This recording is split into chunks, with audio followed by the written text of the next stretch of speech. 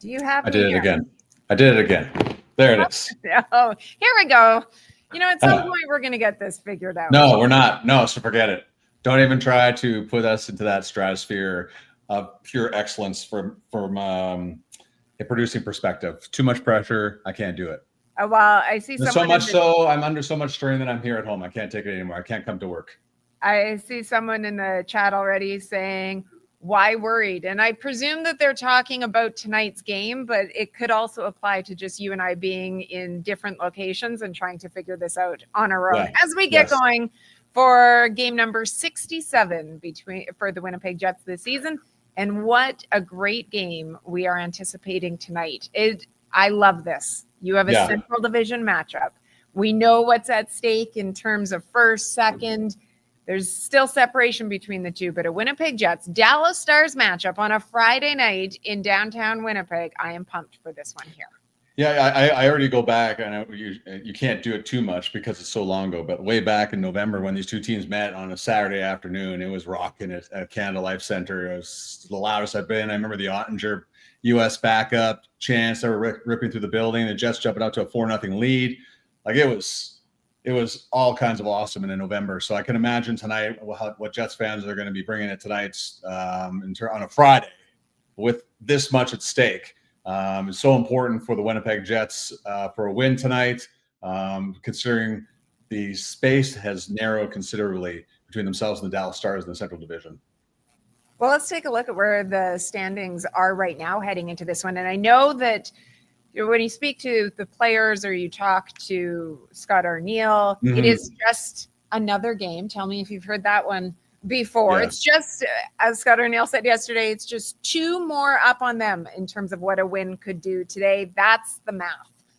Okay. Yeah, they make it sound simple. They're underselling it, They might want to downplay it, but let's be honest now. This game, we are anticipating having that playoff feel, and this isn't certainly a situation in which it's a must win. This isn't for first in the division right now, but we always talk about the proverbial 4-point games. That is what this is.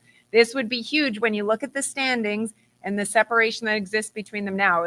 Dallas still has 2 games in hand on Winnipeg. If Winnipeg were to get the 2 points here tonight and be able to extend that lead, it would be great.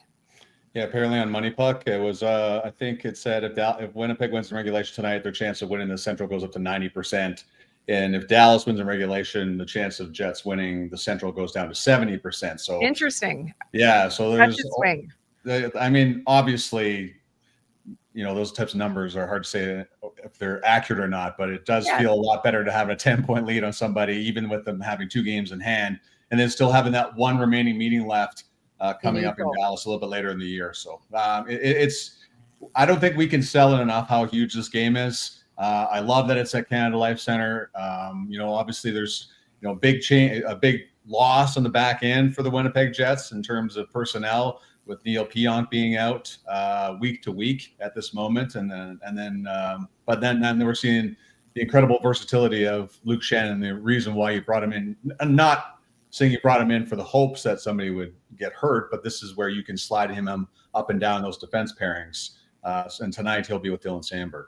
Well, so let's take a look at the pairings. And there was a lot of questions going into this morning skate today of whether or not we would see. Let's remove that one. That's an old one. That was an old one. I apologize. Oh, okay. So this morning going into it with a couple of practice days in between, which is something that we haven't seen a lot of for the Jets when you look at their schedule. Usually it's every other day that they've been playing. Neil Pionk hadn't been taking part in the practices. And so there was some questions going into this morning's skate. Would we see him out there? The news from Scott Arniel, he is out week to week right now. And so that does move the pairings around. And as Jamie said, that puts Luke Schenn up with Dylan Sandberg on that second pairing. Changes it around Hayden Fleury, Colin Miller on the third pairing. And we know what Neil Pionk and Dylan Sandberg have been able to do this season. And we have seen Dylan play with a variety of different partners. Same with Neil as well, just when injuries have necessitated it. So what do you expect from a Luke Schenn, Dylan Sandberg pairing, Jamie? Well, I think what we saw the other night, first off, is so Luke Schenn makes his Winnipeg Jet debut, and it's at Canada Life Center against the Rangers. I thought you saw what the reason why they brought him in. Like when the game's on the line, they're up 1 goal. The Rangers were pressing. First off, Luke Schenn had 2 huge hits. Guy that's 6'2", 225 is a heavy guy. He plays that style, but then he had 2 key blocks late in the third period. And then you saw 5 hits, 5 blocks in his final stat line, playing just over 16 minutes. So it's right there. Like that's the best example of what you brought into your lineup. And so between him and Dylan Sandberg, I love what Kelly Moore called it today, the Block Brothers. Kelly's always on the ball when those types of things, the naming of lines, naming of defense pairings. But those are your 2 best shot blockers on one defense pairing. So on top of Josh Morrissey and Dylan DeMello, those top 4 defensemen will be seeing a lot of the Dallas Stars' best forward groups tonight. So it was neat to watch.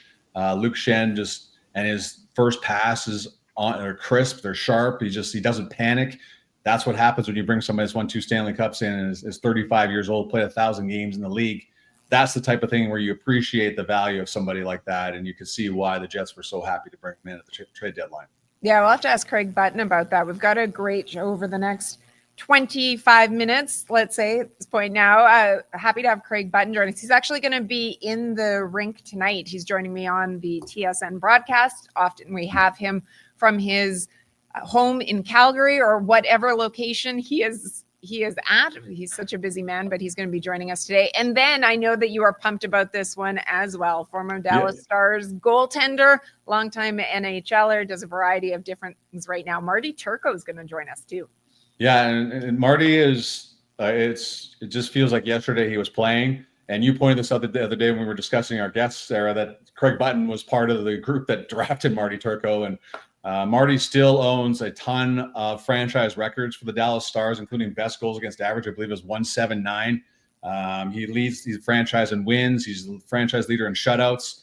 He is a tremendous goaltender. And I was texting with him the other day and asked him if he could still play in the NHL, and he said absolutely not. But thanks for asking. So he'll be joining us from a special location. So you're going to enjoy that, where you'll be noticing he'll be wearing something different. So looking forward to that interview coming up at 12:50. But having Craig Button and Marty Turko on the show just speaks to how huge this game is. And, Marty's going to have some comments on both goaltenders tonight, Jake Ottinger, and of course the Jets' Connor Hellebuyck. Yeah, you take a look at what Connor Hellebuyck has been doing throughout this entire season. But his numbers right now, a 1.99 goals against average, 927 save percentage. His record 38, 9, and 3, 6 shutouts.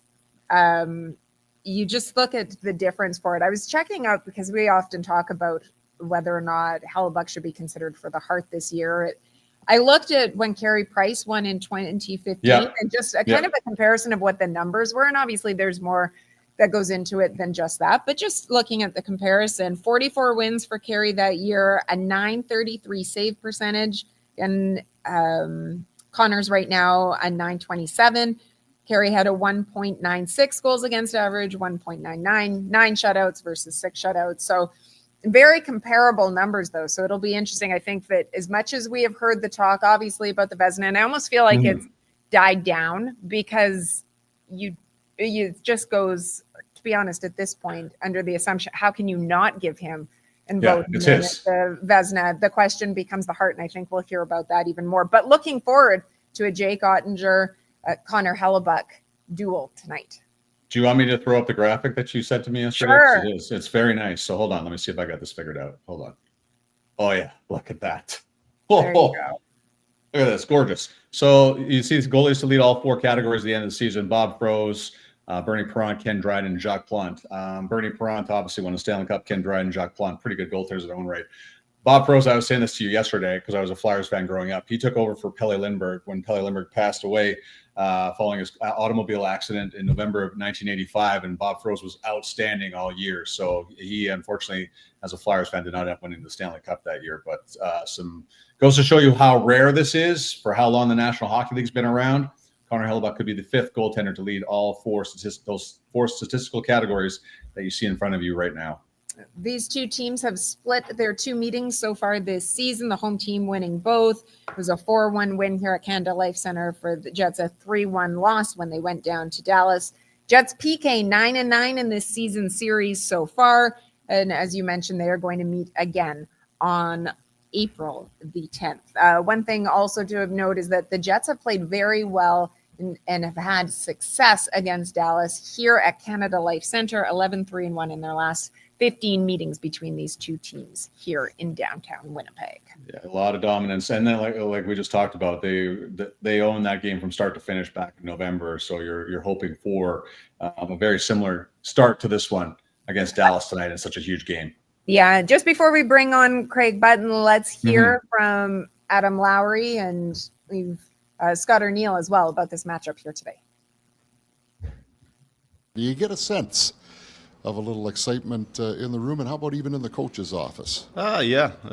We always, with these guys, Colorado, Mini, anybody in your division, it's always exciting times. They're always heavily contested games, and they made their changes at the deadline, and as did we, and it's a situation we've talked about right from training camp, the importance of being the best in the Central Division, and we haven't seen them in quite a while, so they've made some changes, and it'll be really looking forward to it. When I look at their depth, when I look at kind of how their back end's made up, and their goaltending, there are a lot of similarities, and I think that's why even with how well we've played this year, that's why the kind of division is still such a tight race. It's a lot of great teams, and it's tough to win nightly, and it gets separation because generally the teams that are chasing you are kind of on similar runs. So we're really looking forward to the matchup tomorrow, and seeing one of the best teams in the league.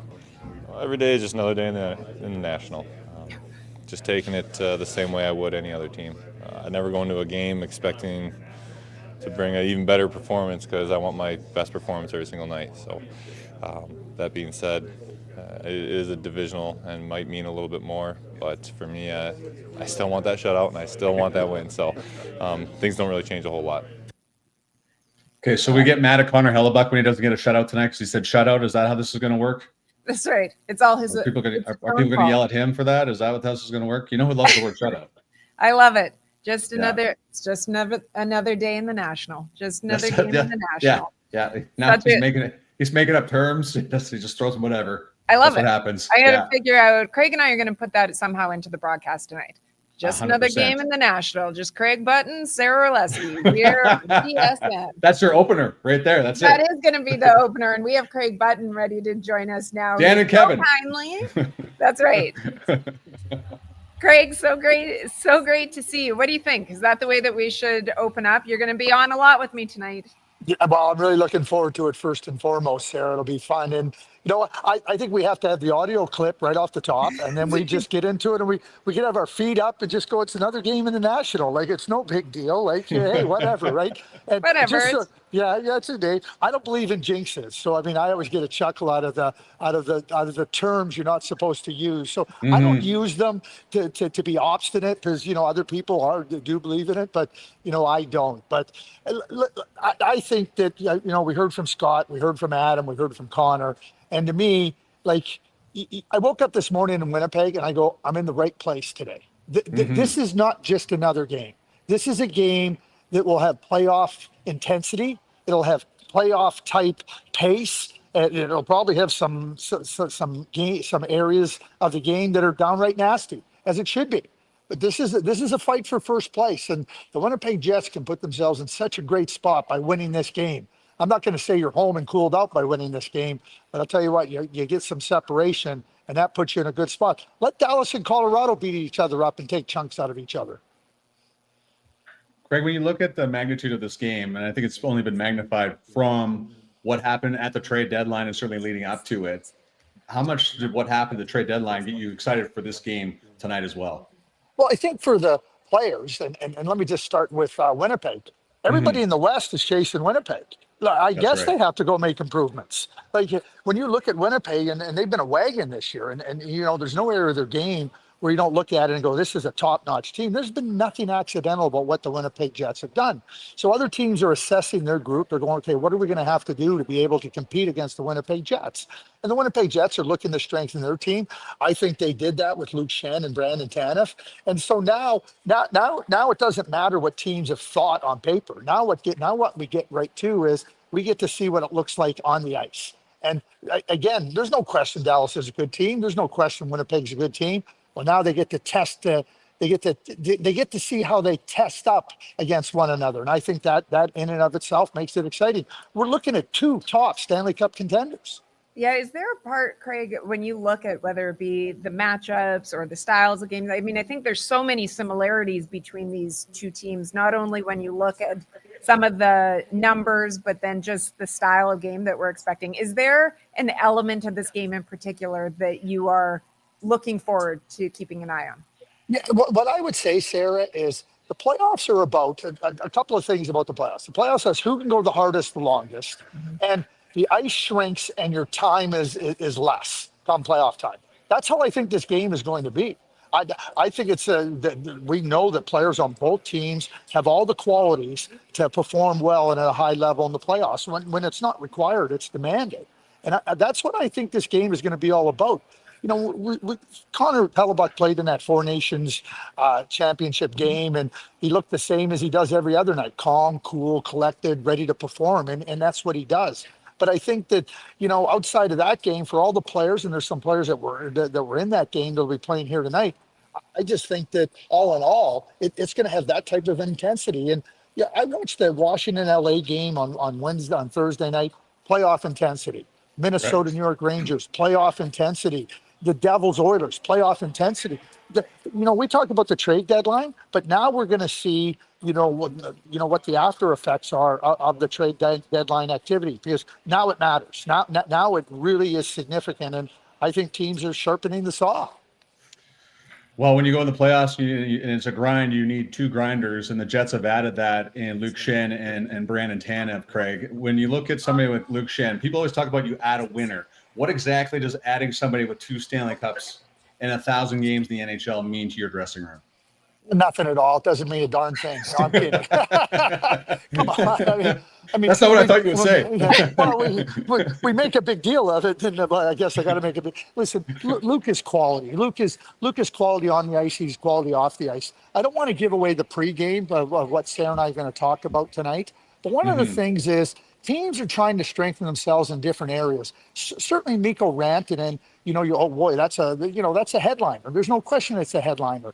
But when you look at moves that have been made in previous seasons by teams, is anybody going to tell you that Josh Manson being added in 2022, the Colorado Avalanche, didn't pay big dividends? No, they're not, because it did. And I think that Luke Schenn can add those types of dividends. He's been he knows what it takes to get to the finish line, and he knows how hard it is. And I think that having somebody with that experience is beneficial, but let's not understate what Luke brings on the ice. And I thought he made a great comment after the game Tuesday night against the Rangers. He said, "I thrive under structure." What do we talk about with the Winnipeg Jets all the time? Structure. And he's a hard player to play against. He can put into different positions. He takes the heat off of Pionk and DeMello. And I don't want to dismiss Brandon Tanev. When Brandon Tanev is on the ice, it's uncomfortable for opponents. He's got disruptive speed. He's got a physical edge. At times, you don't know if he's going to finish his check or he's going to run you right through the boards. That makes life hard for opponents, and those are critical elements when we get into the deeper part of the playoffs. One of the things, Jamie, that I was trying to, it's a trivia question. Game 7, 2009. Pittsburgh won 2-1 against the Detroit Red Wings in Detroit. Who scored the 2 goals for the Penguins? JT. You got me on this one. It was Max Talbot. Yeah, grinder.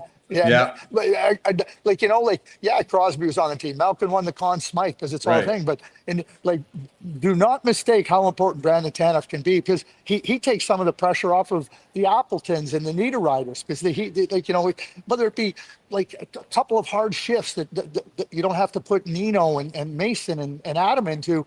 I think it becomes really beneficial for a team. Again, who can go the hardest, the longest? When you have players like Luke Schenn and Brandon Tanev, it only strengthens your ability to do exactly that.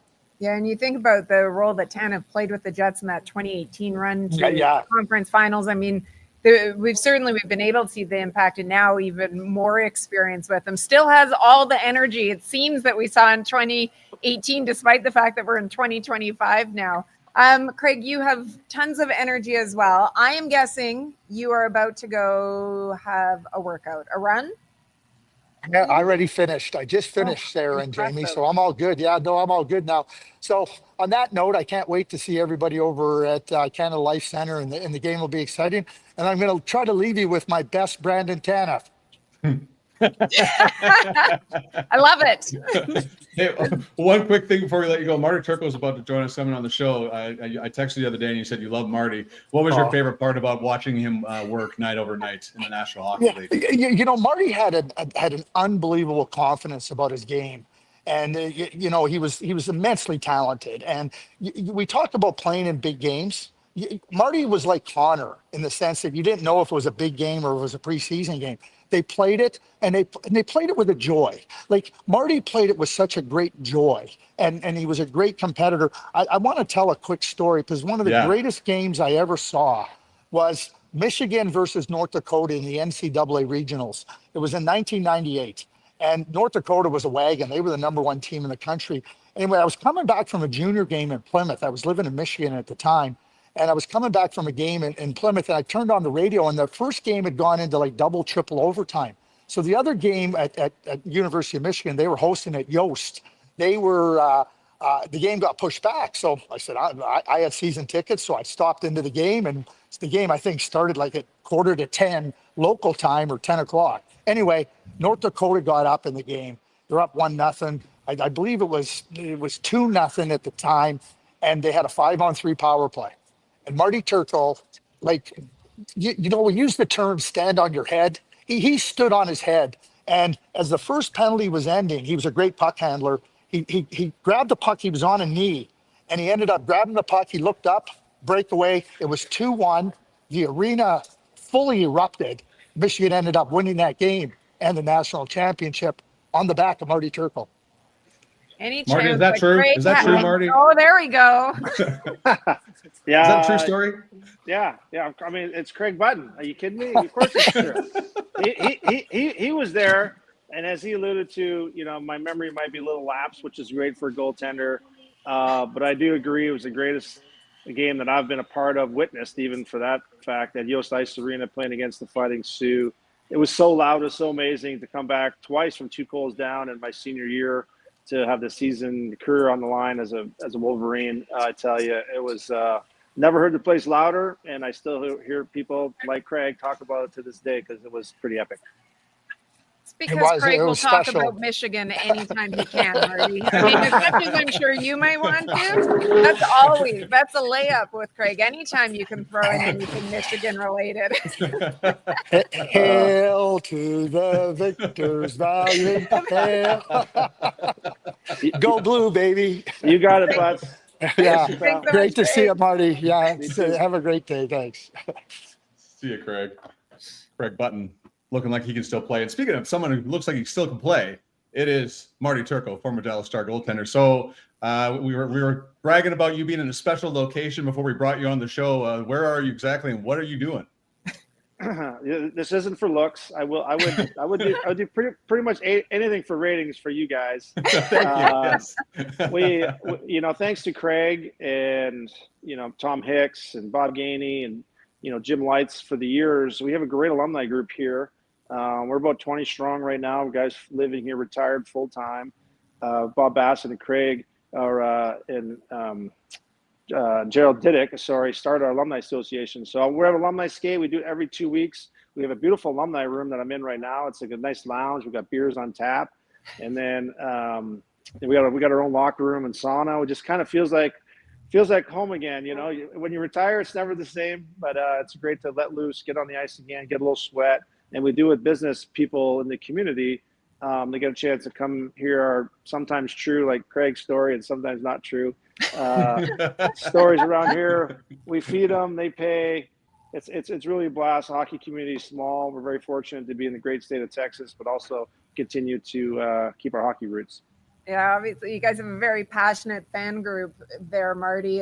The atmosphere inside that arena is always great, especially when you go to the postseason. And I think here at Canada Life Center tonight, we are expecting it to have a playoff atmosphere and feel both in the stands, but then also on the ice. Are you looking forward to seeing this matchup tonight between the Stars and Jets? Well, I know the Winnipeg faithful quite well. My aunt and uncle, My cousins live there. They've been forever diehard Jets fans, whereas designated as usual when the team left. And the Crothers are just awesome people, and I going to play there in the minors back in the 90s in IHL just to see how passionate the Moose fans were. So I get it. Y'all have a great team. It's probably fun for you guys to watch in and night out every day. Obviously got a great goaltender. So yeah, we're excited. It's a measuring stick game. There will be a playoff type atmosphere, but I think it's been like that for last 6-7 years really between these two teams. They've always had good ones. So this is a good one. This is after the Four Nations, right, which we've all talked about to nth degree, especially here in the United States, because it really helped the growth of the game and people talking about it, which is awesome. But this game, is really going to kick off kind of that playoff season, not just for us, kind of for the league. The trade deadline's come and gone. We added on like crazy, Mikko Rantanen. So I'm really looking forward to it. I'll get my calorie burn and get exhausted here, and then I'll be on the couch later with popcorn ready to go. You love the goaltending position. Obviously, you have a great one in Jake Ottinger and Connor Hellebuck, both the American goaltenders from the Four Nations face-off. Can you kind of touch on both goaltenders, Marty? What you appreciate about both? Yeah, let's see. Similarly, they're both big guys, very calm, make their teammates look good. They're better. They're just perennial powerhouse goaltenders. Connor plays a little bit bigger, so he can be a little calmer in the net, but aggressive when he needs to be. And he's about as steady as they come. He uses his size to advantage, but still has a skill set physically and mentally to, just give a franchise the value in which you pay somebody to do it. And, that's what you try to do as a goaltender. And Connor's done that. He eats a lot of games. For us, we have two great goaltenders, but, Jake is our star-studded one. We have high expectations for him, but he has higher ones for himself, which also makes him, he's great. And so probably a little bit unfortunate that Connor's been playing so good to only get one game in the Four Nations. But, 1A, 1B is how we look at it. And at the end of the time, you always look back at your career and you always take those opportunities when you can win. And both these goaltenders have a great chance to give their team, their franchise, their cities, another run at a championship, and hopefully, one of those two guys deserves it. So hopefully they can raise that cup at the end of the year. But man, they're great to watch. So I'm particularly excited about that, not just because these are the two best teams in the division, two best teams in the conference, two best teams in the league. It's going to be a pretty awesome game. Marty, when you've retired, and you've done media work as well, that we always like to create, whether it be matchups. Is it Connor Hellebuck versus Jake Ottinger? Is it tonight Adam Lowry? How does he contain Mikko Rantanen's line? When you were playing, from a goaltender's perspective, you obviously don't go up and face the opposing goaltender.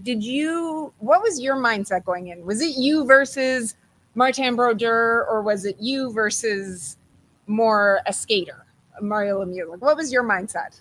Well, the concern's the skater, of course. Yeah, of course. We didn't have analytics and video as much as they do now, certainly breaking things down.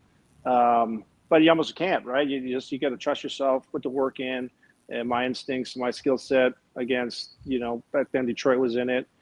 Colorado was great. San Jose was always good in my tenure. But I'll tell you, to the question, really, it is important that at the other end, when you look down there, and I see Roberto Luongo in the West, or Nabokov, Jaguar, in Anaheim. That was my division. We were in the Pacific Division back in the day, and so we had some great goaltenders. Jonathan Quick later in my career. So when there's another good bona fide number one at the other end, it got your attention. You wanted those matchups. You knew your team, their team, the fan bases, the league was paying attention to two good goaltenders. So I liked it. I liked the motivation. You always wanted to get the better of the other guy. And then when you go to world championships, for me to get a chance to play in any world championships or the Olympic team, to have, Luongo and Brodeur go up against Jose Theodore, in the preseason camps, to me, those are icing on the cakes. But when you got to an All-Star game, great. But when you're playing against them, oh yeah, your attention was focused, and there's nothing you could do to score on them. You could tell your guys a little bit, but at the end of the day, you got to do your job, stop the puck, and give your team a chance to win. And that's what these two goalies tonight are really good at doing. Marty, having traveled to the Pacific time zone, man, you must not miss that. Like being in that Pacific division and going from the Central time zone to the Pacific time zone must have been extremely challenging for you guys during that divisional alignment at the time. Well, I'll say this. I'm turning 50 this summer. And so as you get older, you appreciate it. When you're younger, it's a lot easier. You only know what you know, you don't know what you don't know too. Mm-hmm. So going out to LA, San Jose, Phoenix, hanging out in Orange County, Newport, it didn't seem that bad to me. True. Yeah. And I don't know if you remember, there's a couple of years where we played our division 4 games at home and 4 on the road. Yeah. And Brendan Moore and I did the math as we were cleaning our golf clubs one day, and we counted. We played 57 of 82 games in either California, Texas, or Arizona. And that's a lot. And so I think there was only 2 trips we really needed to bring a winter coat on. And the travel was hard, like it was long. We spent a lot of nights in hotels. We traveled a lot of miles. And we played in the Pacific was a good, tough division then. And so it hardened us. It made us better for who we were. It certainly hurt come playoff time. But again, when you're 27, 32, looking back now, it ain't no thing. So we thoroughly enjoyed the sunshine, and we took advantage of it when we could. Well, just like I said earlier, Marty, you look like you can still play. So get out there, go make a pad save, and we'll call it a day for you. No. I'm not putting the pads on. I got my bucket here. No more pads. That I did not see coming. No more pads for this guy. I got no shoulders on. There's no checking here. To be honest, I had my hip replaced a couple years ago, but I feel fantastic. So I'll get a little sweat on. No more. I do miss stopping the puck or catching it, but I don't miss getting hit in the head or feeling so sore afterwards. It's a tough game, and so it makes me appreciate every day that I had a chance to play in the NHL. It's certainly an honor, like it is just talking to you guys today. Thanks so much for your time, Marty. Enjoy the game tonight, man. It's a huge one. That conversation between you and Craig Button was well worth this show today for sure. He's been really good to me. I miss seeing him, and since I couldn't get it earlier, devastating was the word I was trying to say. So sorry to leave you guys now, but I got to go on the ice. Okay, get out there. Thanks, Marty. Enjoy the game tonight. Marty Turko. What a show, Sarah. Lots of fun to be had. Just quickly before so Craig had mentioned about Brandon Tanev, and obviously his best Brandon Tanev impression for it. So good. So why does he do that? Because for the last several years now, since he was with Pittsburgh, actually, Brandon Tanev's headshots have gone viral in terms of his eyes and what he's done. So here, this is what happened earlier this week when he took his new pictures here in Winnipeg. 1, 2, 3, 4, and 5. Thank you. Appreciate it. I love it. So I asked him about that and a few other things this morning when I caught up with him just a short while ago. Look, it's been a week now that you've been a part of this organization again. Do you feel as if you're settling in a bit? Yeah, a little easy to settle in, obviously, with being here previously, and the guys, everyone in the organization has made me feel comfortable and coming back. So it's nice to be back. Like I've said many times, it's a big smile on my face coming back to such a familiar place, to a group of guys that I know very well, and of course a great team. You haven't been a part of these rivalries for a number of years now, and there's a lot of anticipation outside of the room for this game tonight against the Dallas Stars. Divisional rival is obviously where things are in the standing. Is this the type of game that you get amped up for? Yeah, I think these are the games that you circle on the calendar when they come about. It's as close as you're going to get to a playoff game. 2 good teams. They've made some great additions over the trade deadline as well, but I think it's just focusing on what we need to do going out there, getting the crowd going as soon as possible, and just playing our game. We know the team that we are and what they're capable on the other side, so eliminate their chances, playing to our strengths, and just going out there and having fun. There's a lot of familiar faces from when you were here, but not on your line that we've seen right now. So what's the key for you when you're trying to develop chemistry early on with new players? I think it's just communicating, talking before practice, during practice, obviously, maybe have a coffee in the morning, have breakfast together, getting to know each other, like, what certain things you like to do on the ice. But I think when you're able to be thrusted into a lineup with all good players, there's no really anticipation or unwillingness to be with anybody. It's an easy game when you're playing with good players, and I think Alan and Bear have done a lot of great things over the last couple games, making things easier for me in adjusting. I have to ask you about your player headshot because I have to. Years ago, it went viral, first one, and since then, I don't think there is any player across the league that fans anticipate more, seeing what their team shot is going to be like. You did it when you came here, eyes wide open. When did you decide to lean in to that? Because we've seen it for a number of years now. I would say it happened by accident in Pittsburgh, and then obviously it kind of caught traction, and a lot of people enjoyed it over the years. So it's just one of those things where hockey's always kind of such a serious thing throughout the season and during the year. So it's nice to crack a smile and have a little bit of fun in that sense. And I mean, people love it, so why not just continue on with it? Have you ever done it in a broadcast interview? I don't think I have. Okay. Anticipation, something that maybe we could look forward to later this season. Exactly. Okay, thanks so much. Appreciate it. My expectations are high if he does an interview with Kevin Sawyer that we're going to see. Oh yeah. Go up. What he After did scoring say. 2 goals in the first period. Perfect. That's right. What he did say was that Mama Tanev, sometimes does the really, you had to do a picture like that again, which I was joking with him. It doesn't matter how old you get. It's like a school photo. Mom always wants to see the nice portrait happen. Like every time I send a photo of us, myself and the kids, my mom's like, how come so-and-so's not smiling still? See, and I'm there 53. You go. So you know what I'm there you talking go. about. You're Hey, what are you wearing? What are you wearing today, Sarah? Hey, very quickly. So, and I have seen some people in the chat talk about this. This is the line change line that is available. True Shop, 30% off today. Angela Price, Carey Price's wife. This is her line, and it's a great hoodie. So they've got t-shirts, hoodies, toques, hats, you name it. 30% off today if you're coming to the game or if you are purchasing it online. All right, we should wrap because we are very much over right now. But we loved having Craig Button on, Marty Turko. Hoping that you will be back in studio for the next game, or that we'll be able to see you back for that one. But for those people that missed it off the top, Neil Pionk out week to week right now. So Luke Shen will be up on the second pairing beside Dylan Sandberg.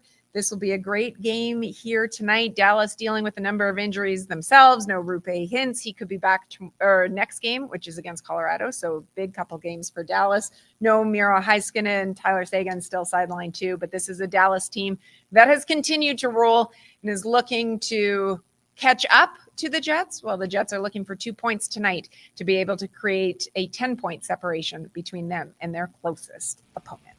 Yeah, it's a great way to enter into the weekend. The Jets will head on the road for 3 games after tonight's game, but who cares about that right now? All about tonight. Thank you so much for watching. We appreciate you. You guys have been fantastic in the chat room. I hope you enjoyed the show. Thanks so much for checking in, everyone. Have a great day.